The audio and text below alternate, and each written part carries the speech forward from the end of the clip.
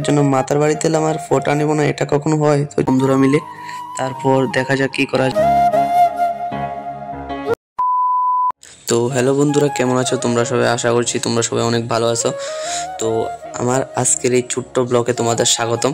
তো আজকে হলো আমার জন্মদিন, আর আমার জন্মদিন উপলক্ষে আমরা 3 বন্ধু মিলে যাচ্ছি মাতার বাড়ির মায়ের মন্দিরে পুজো দেওয়ার জন্য। তো তোমরা ভিডিওটাতে থাকো এবং দেখো সব কিছু।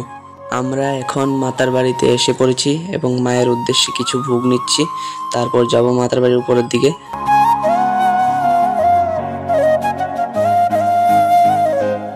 তো এখন আমরা মাকে দর্শন করে নিলাম এবং মায়ের উদ্দেশ্যে ভোগও দিয়ে দিলাম। তো এখন যাব ফোঁটা নেওয়ার জন্য মাতার বাড়িতে এলাম, আর ফোঁটা নেব না এটা কখনো হয়? তো চলো প্রথমে ফোঁটা নেওয়া যাক। তো এবার আমরা এসেছি শিব মন্দিরে দর্শন করার জন্য। তার দর্শন করার পর কিছু ফটো তুলবো আমরা বন্ধুরা মিলে, তারপর দেখা যাক কি করা যায়। তো তোমরা ভিডিওটাতে থাকো এবং দেখো সবকিছু। এখন আমরা এসে বললাম দিঘির পার মাছেদের খাওয়ানোর জন্য, আর এখানে এসে দেখি খুব সুন্দর একটা কাছিম।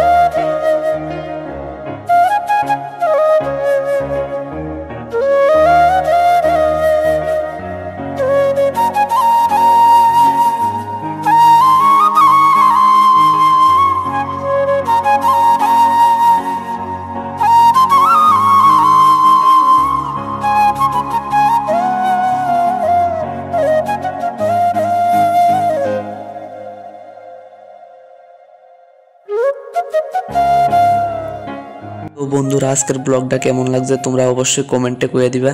তো আমার সাধ্য মতো আমি চেষ্টা করছি আমার জন্মদিনের দিন মানুষের একটু মিষ্টি মুখ করানোর।